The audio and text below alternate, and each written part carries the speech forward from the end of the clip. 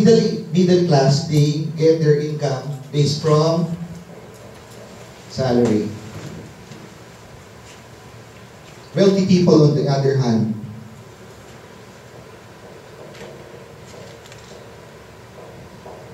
they leverage. Gumagawa sila ng mga maliliit na negosyo na halimbawa, banana queue, tindahan, sari-sari store, car wash, computer shop. Gumagawa sila ng maraming mga negosyo na hindi nila kailangan mag-empleyo ng masyadong magagaling na tao or yung mga professional. So, kahit tindahan lang yan, sari-sari store, marami sila niyan, no? Kahit mga water station. Ang pinakang point doon, hindi nila kailangan tutukan nila personal, no? So, nagsiset up sila. Tapos, they leverage itong mga tao na to, no?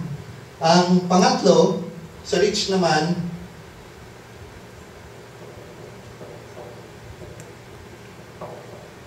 they have yung mga appreciation. Kasi, ang ginagawa nila, like real estate, magbibili sila, buy and hold.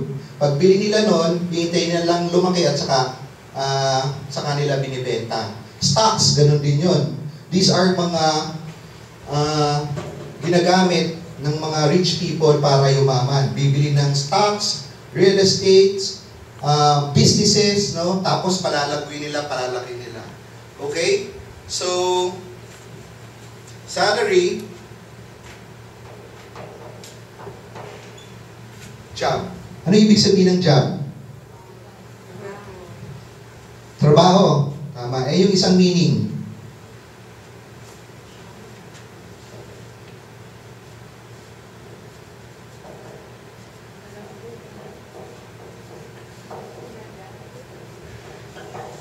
Can you read it?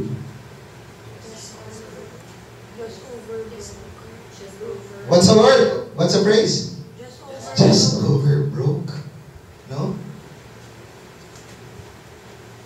Yung wealthy naman, on the other hand, they have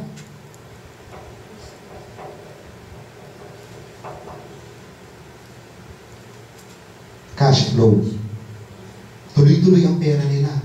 No? Kasi because of these small businesses, nalilileverage nila yung mga tao. Set up lang nila, kahit di bali, kumita ka ng 100 araw-araw, sabay meron kang 10 na ganon, tuloy-tuloy naman yung kita mo. Isipin mo, 10 at 100, you get 1,000 a day. Now, is there a difference between wealthy and rich people? Yes, meron. You can be rich, pero hindi ka naman wealthy. Paano mangyayari yun? Example, bumili ka ng Hacienda Luisita. Okay? Ngayon, naubos mo yung pera mo sa investment. Yes, mayaman ka nga because rich people are, kumbaga, measured in terms of net worth. No? Malaki yung net worth mo, rich ka, pero may napasok ba naman sa yung pera? So that's the difference. Ang wealthy people, they may not be, kumbaga, rich in terms of net worth, pero meron silang mga passive income. Tuloy-tuloy. Okay?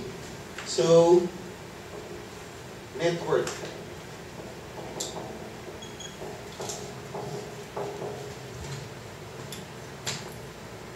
Okay. So, wealthy, yung mga wealthy people, they have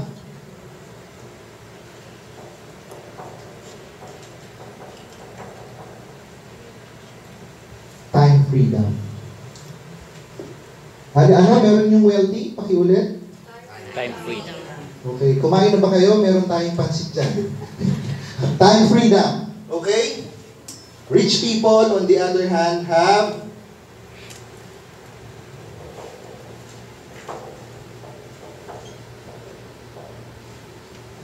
what's the phrase?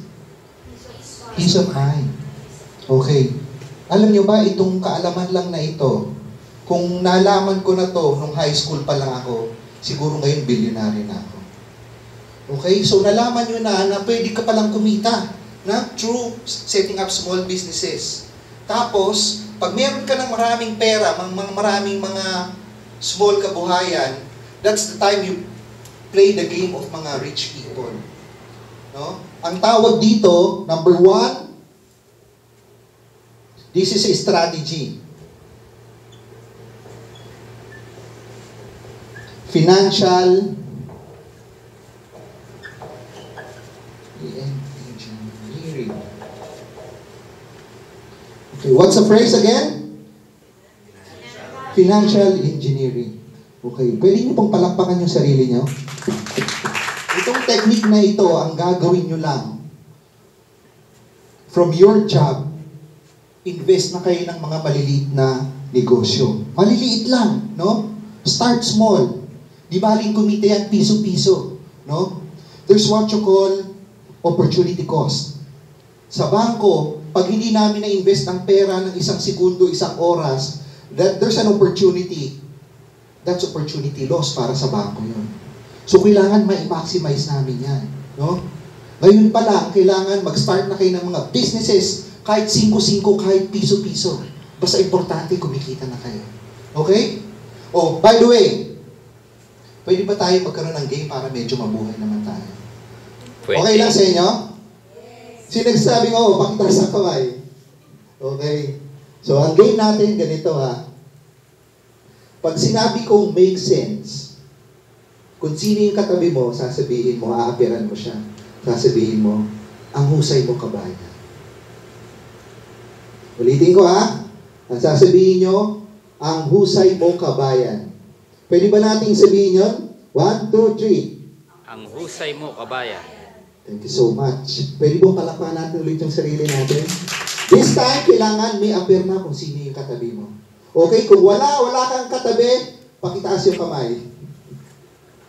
Shai, can you sit beside Carla? Shai? Para at least, no? We need the energy. Okay? So, testingin nga natin. Make sense? Yung katabi mo lang, ikaw naman dala-daloy. Isa lang. No, pwedeng baliktaran. Okay. Practice again. Make sense? Okay. Palakpakan ulit tayo. Okay? So, Carla, do you think this is useful? So, alam nyo, just like I've mentioned before, kung ito may tuturo natin sa mga kabataan ngayon, no? Hindi na sila tatanda. Tapos, at the end of the day, mahihirapan sila na magtrabaho araw-araw, papasok ka sa trabaho mo. Ito lang pala kung pwede nating what happened here. Thank you.